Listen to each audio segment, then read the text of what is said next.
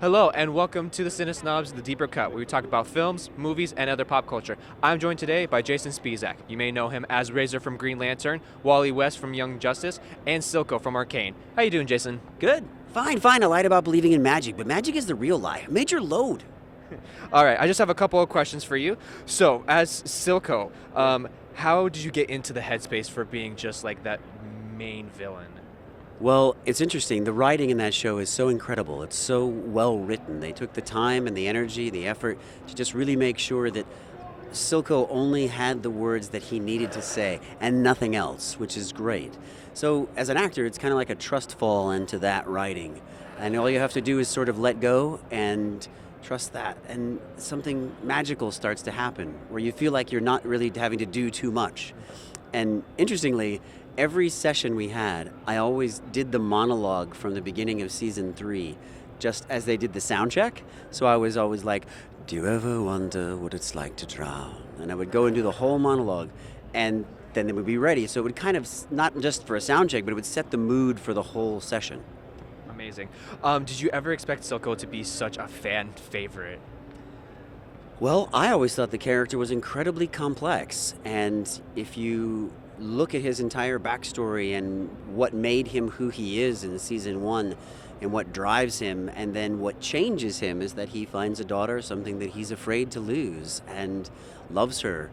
And it's such a beautiful tale that I thought people would gravitate it. I thought they would gravitate towards it.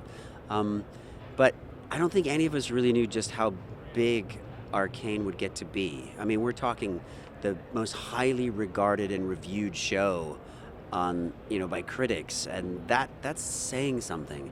It really is a testament to how much hard work and effort that everyone put into the show. The music is incredible, the writing is incredible. Fortiche, the art studio, did an amazing job, and it was sort of a never settle approach, and I'm really glad the fans appreciate it.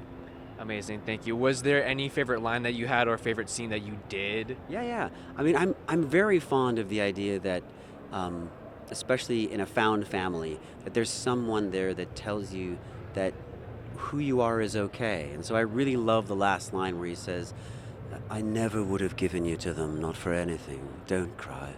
You're perfect." And to me, I think a lot of people resonated with that too. Absolutely. That was a very powerful scene.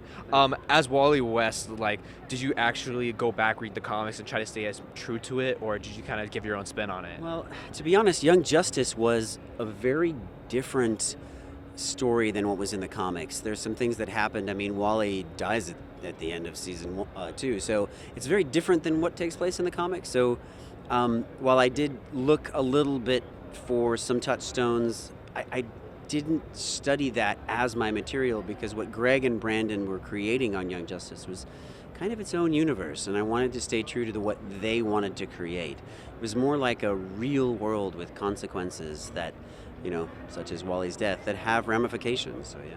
Did you ever expect for Wally to unfortunately die in the show? No, of course I didn't expect Wally to die, and I always wanted him to come back, but they argued that if for this world to really be the grounded world that it is, they had to have those consequences be real. And I was like, baloney, he's in the Speed Force. Psh, whatever. Yeah. With chicken whizzies. For Razor, obviously his arc was a lot of heartbreak and a lot of redemption, turning from a very powerful Red Lantern to a mix of the red and blue. Yeah. How was it trying to get into the emotional depth of just being angry and then finally giving the hope? Wow. Razor's character, I resonated a lot with it.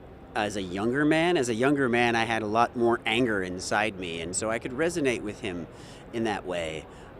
It wasn't too difficult to fully rage out in that studio, but Greg and Brandon, especially Greg Wiseman, really loved the story of Razor and Aya, and even though Greg didn't work on the original Green Lantern animated series, he watched it. And as a brilliant writer himself, he was like, that story needs an ending. And so he gave us one in Young Justice, which I thought was really brilliant. And it's fairly easy to embody hope. I think we all have to have it these days. Absolutely. There's been obviously some buzz around because there's going to be a new live action Green Lantern show. Do you think Razor might be appearance? And if so, are you going to be playing him? I would love to play Razor. I would love to see if that's probably not even possible, but if it is, your lips to their ears. I would love to play Razor. but at least have him in the show. That would be great. Absolutely. I mean, come on. He was a very fantastic character, and he was a lot of our childhoods. Yeah. And again, can't thank you enough for taking the time to do this. Do you have any final words for anybody listening in or watching our Instagrams? Yeah, I would say you're all perfect. Cheers. Thank you so much.